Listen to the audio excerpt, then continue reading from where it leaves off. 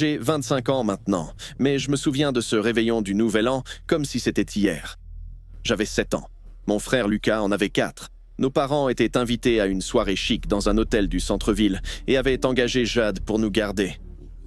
Elle avait 19 ans, étudiante qui faisait du babysitting pour payer ses livres. On l'avait déjà eu avant. Lucas l'adorait car elle jouait avec nous au lieu de rester fixée sur son téléphone. Elle est arrivée vers 19h ce soir-là, en jean et pull oversize. Ses cheveux blonds étaient attachés en queue de cheval. Elle a apporté des coloriages et promis de nous laisser veiller jusqu'à 23h pour voir la boule descendre à la télé. Vos parents rentreront vers 1h du matin, dit-elle en se laissant tomber sur notre canapé. On va passer le meilleur nouvel an, d'accord? Lucas lui montrait déjà ses nouvelles figurines, tandis que je prétendais être trop grand pour les babysitters. Tout était normal jusqu'à environ 23h. Soudain, on a entendu les cris terrifiés d'une femme dans le couloir, suivi de bruits de verres brisés. La tête de Jade se tourna brusquement vers la porte.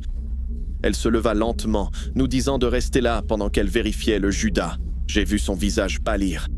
Que se passe-t-il? Elle n'a pas répondu, a juste pris son téléphone et composé le 911. Je l'ai entendu chuchoter dedans. Il y a quelqu'un dans l'immeuble. On est au 8e étage, appartement 804. Vite, s'il vous plaît. Elle raccrocha, puis se tourna vers nous avec un sourire malgré ses yeux remplis de peur. Les enfants, on va jouer à un jeu, d'accord?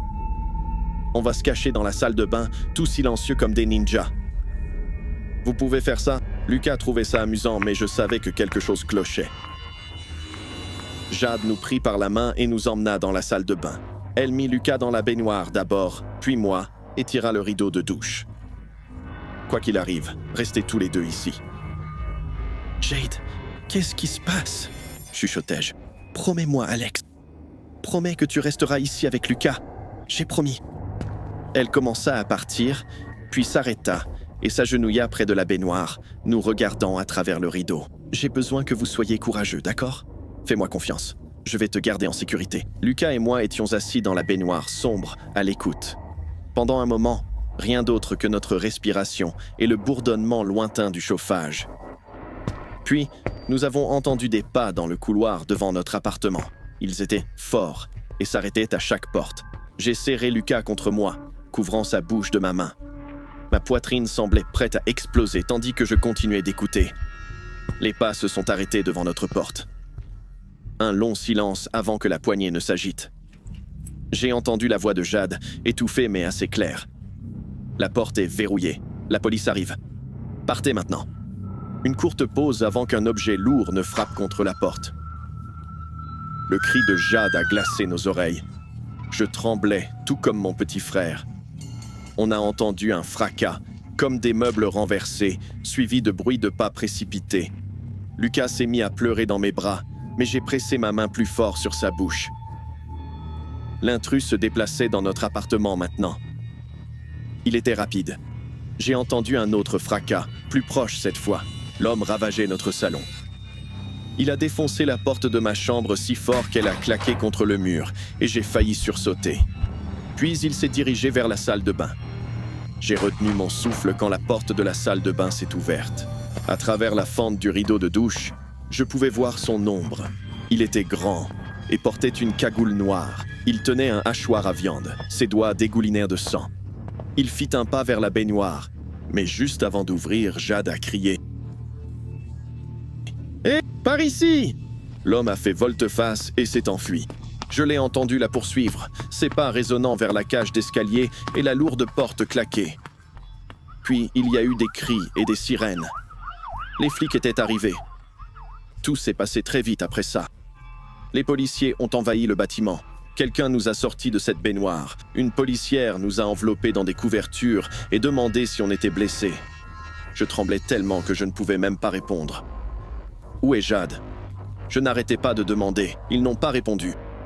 Mes parents sont arrivés en courant environ 20 minutes plus tard. Ils pleuraient, tous les deux, nous serrant si fort que ça faisait mal. Ils répétaient qu'on était en sécurité, que c'était fini, mais je ne me sentais pas en sécurité car j'ai vu quelqu'un sortir sur une civière. J'ai vu le sang sur le drap blanc et une queue de cheval blonde qui pendait sur le côté. Cette nuit-là, Jade a failli mourir en nous sauvant. Elle avait été si violemment battue que quand la police est arrivée, elle était inconsciente. Elle avait des côtes cassées, le crâne fracturé et saignait à l'intérieur du corps. Elle a dû passer 2 semaines à l'hôpital.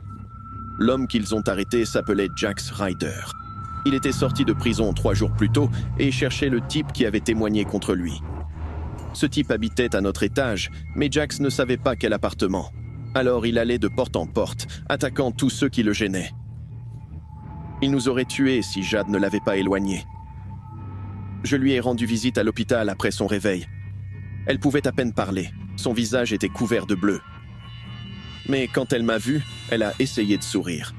« Tu es resté dans la baignoire », murmura-t-elle. J'ai hoché la tête et j'ai fondu en larmes. Même à 7 ans, je savais que je devais ma vie à cette fille. Jade s'est rétablie avec le temps, mais n'a plus jamais gardé d'enfant. Elle a déménagé dans une autre ville pour ses études. Mes parents ont payé ses soins, créé un fonds pour ses études et cherché les mots justes pour la remercier.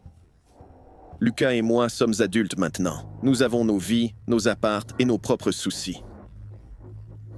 Mais chaque nouvel an, on se retrouve chez Jade. On commande des pizzas, on regarde le décompte et on se souvient de cette nuit où une fille de 19 ans nous a protégés.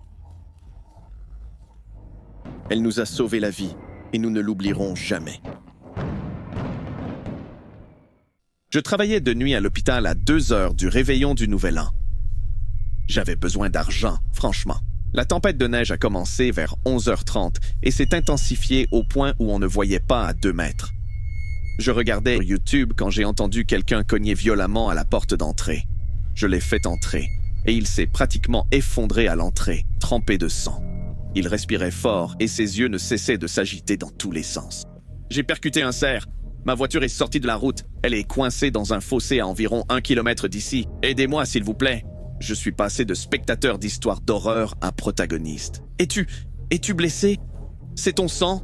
Non, c'est celui du cerf. Cette bête est apparue de nulle part. Ses dents claquaient. J'ai monté le chauffage, pris de la gaz et commencé à nettoyer le sang. Le type était mal rasé avec des tatouages qui remontaient le long du cou.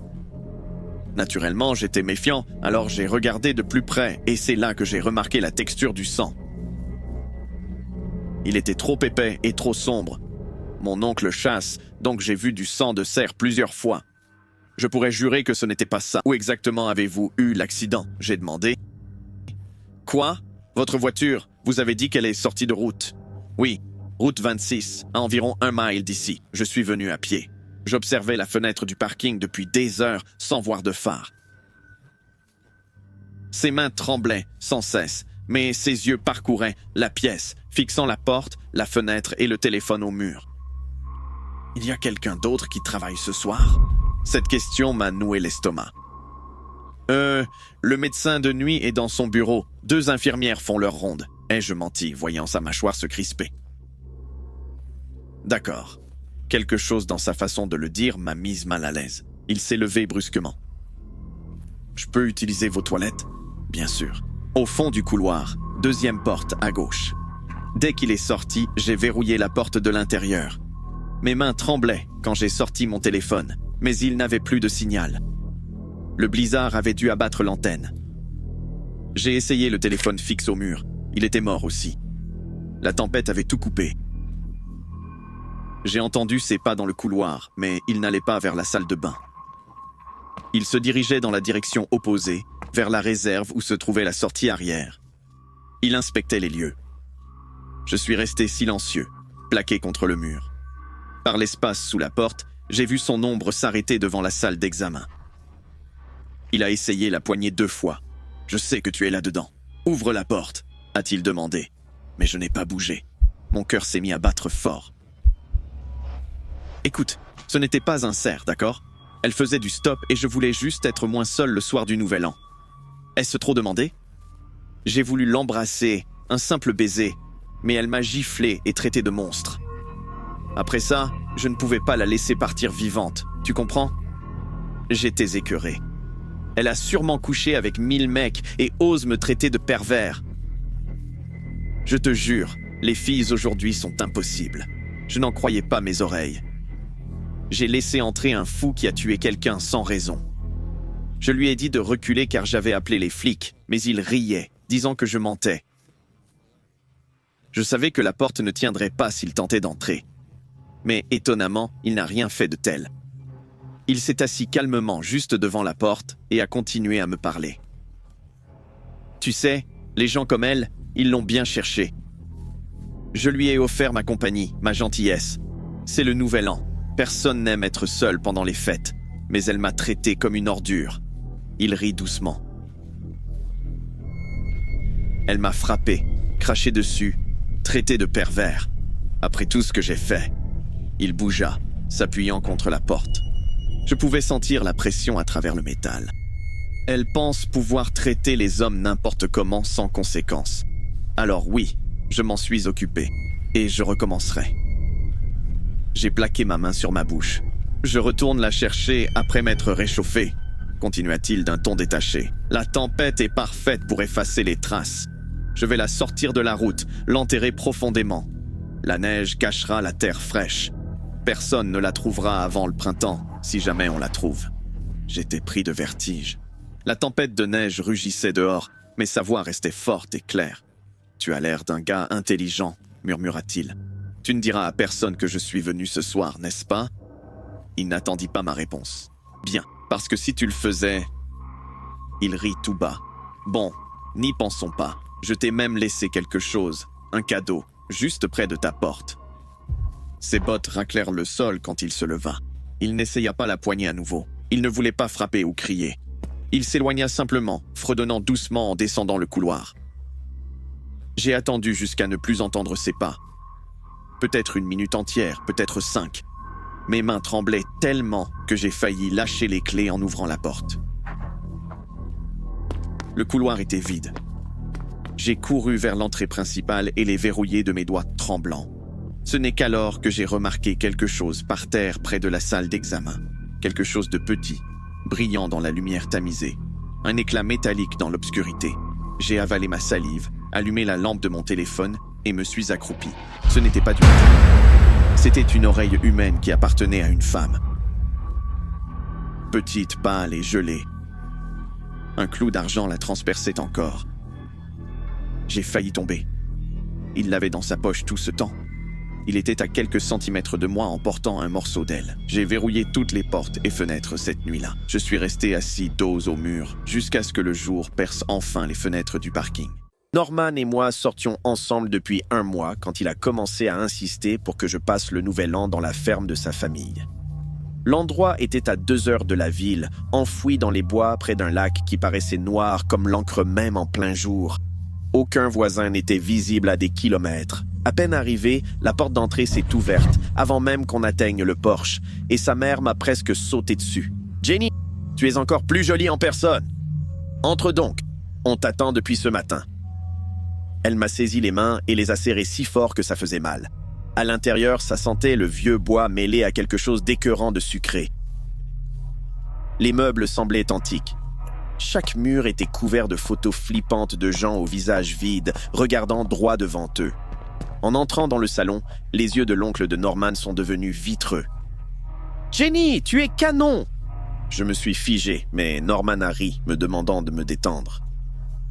Comment le pourrais-je alors que son oncle n'arrêtait pas de me reluquer pendant tout le dîner? Chaque fois que je levais les yeux, il me fixait avec son sourire répugnant, se léchant les lèvres. La mère de Norman était tout aussi terrible.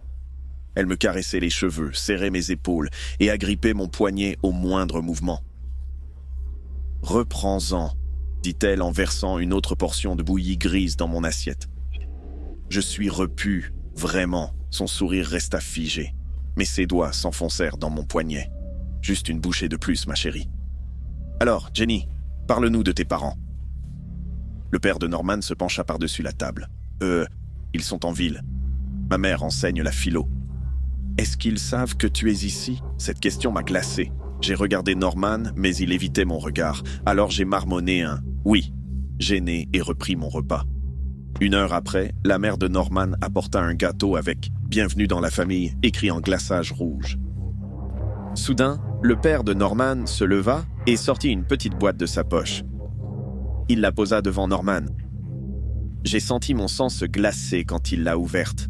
À l'intérieur se trouvait une vieille bague ternie avec une pierre noire qui semblait avaler la lumière. « Norman, vas-y. » Sa mère gloussa. Norman prit ma main et s'agenouilla. « Jenny, veux-tu m'épouser ?» J'ai tenté de rire malgré mon cœur qui battait la chamade. « Norman, ça ne fait qu'un mois. »« Je sais, » dit-il en souriant. « Mais quand on sait, non ? C'est complètement fou. » Le visage de la mère de Norman changea. « Tu n'es pas sa petite amie ? » ?»« Si, mais alors tu vas l'épouser ? » ?»« Peut-être, mais il nous faut plus de temps. »« Du temps ?» La voix de sa mère devint stridente. « Pourquoi faire ? Tu as mangé notre nourriture. Tu es dans notre maison. Tu fais partie de nous maintenant. Je suis venu dîner et pas me marier. » Ma voix se brisa. Karl se redressa. « Quelle ingrate !» Je me levai pour partir, mais Norman me saisit le poignet fermement. Son père s'approcha, bloquant mon accès à la porte. Karl se plaça de l'autre côté, tandis que la mère de Norman se tenait derrière moi. « S'il vous plaît, laissez-moi rentrer chez moi. » dis-je, les larmes commençant à couler. J'essayais de me dégager, mais Norman serrait mon poignet de plus en plus fort. Karl avait attrapé mon autre bras. Entre lui et Norman, il me forçait à m'asseoir. Je me débattais, mais ils étaient trop forts. « Assieds-toi, tu me fais honte. Arrête, s'il te plaît. » Le père de Norman a sorti la bague. « Tends la main. »« Non. » Karl a tiré mon bras vers l'avant. Norman a maintenu mon poignet immobile. Son père a approché la bague de mon doigt. Je devais m'échapper. J'ai cherché une issue, jusqu'au déclic. « Mes parents. Mes parents doivent être présents. » J'ai crié. Le père de Norman s'est arrêté. « Quoi ? Mes parents ?» J'ai articulé entre mes larmes. « Ils doivent voir ça. C'est comme ça qu'on fait. » La mère de Norman fronça les sourcils. « Nous n'avons pas besoin si, c'est la tradition. »« S'il vous plaît, ils doivent être là. » Ils échangèrent un regard. L'emprise de Norman se relâcha un peu. « Elle gagne du temps, » marmonna Karl. « Non. Je ne mens pas, je le jure. C'est aussi l'union de deux familles. C'est correct, non ? Norman mérite une grande célébration, après tout. » J'ai regardé Norman, le suppliant de me croire. Il m'a regardé et son visage s'est adouci. « Très bien, » dit Norman lentement, lâchant mon poignet. « Je vais les chercher. » Son père n'avait pas l'air convaincu, mais Norman avait déjà pris les clés et se dirigeait vers la porte. Je devrais lui donner un baiser porte-bonheur, murmurai-je en essuyant mes yeux et suivant quelques pas derrière. En passant près de la table, j'ai discrètement saisi la fourchette à gâteau et l'ai glissée dans ma manche. « Je sais que tu doutes maintenant, mais une fois dedans, tu comprendras, » dit Norman à la porte. J'ai hoché la tête, m'approchant jusqu'à ce que nous soyons à quelques centimètres l'un de l'autre. Je me suis mise sur la pointe des pieds. Il ferma les yeux, attendant le contact. Au lieu de ça, j'ai enfoncé la fourchette dans son œil aussi fort que possible. Norman s'effondra en hurlant, tenant son visage d'où coulait le sang. Les clés de voiture tombèrent sur le porche avec fracas. Je les ai saisies et me suis enfui. Sa mère s'est mise à hurler derrière moi. Je n'ai pas regardé avant de plonger dans la voiture et d'y glisser la clé. Le moteur démarra juste quand le père de Norman atteignit la vitre, frappant dessus. « Tu as fait une erreur !» J'ai appuyé sur l'accélérateur. Le gravier a giclé partout quand la voiture a dérapé sur le côté, puis s'est redressée. Dans le rétroviseur, je pouvais voir tous les quatre sur le porche sous cette lumière jaune, me regardant filer dans l'allée. J'ai conduit pendant plus d'1 heure avant de pouvoir m'arrêter. Mes mains n'arrêtaient pas de trembler. Le sang de Norman était partout sur ma manche. À chaque clignement d'yeux, je revoyais la fourchette s'enfoncer. J'ai déménagé. Je vis maintenant chez mes parents. Je ne peux pas aller à la police, car moi aussi j'ai poignardé Norman cette nuit-là. J'espère simplement qu'on ne se croisera plus jamais.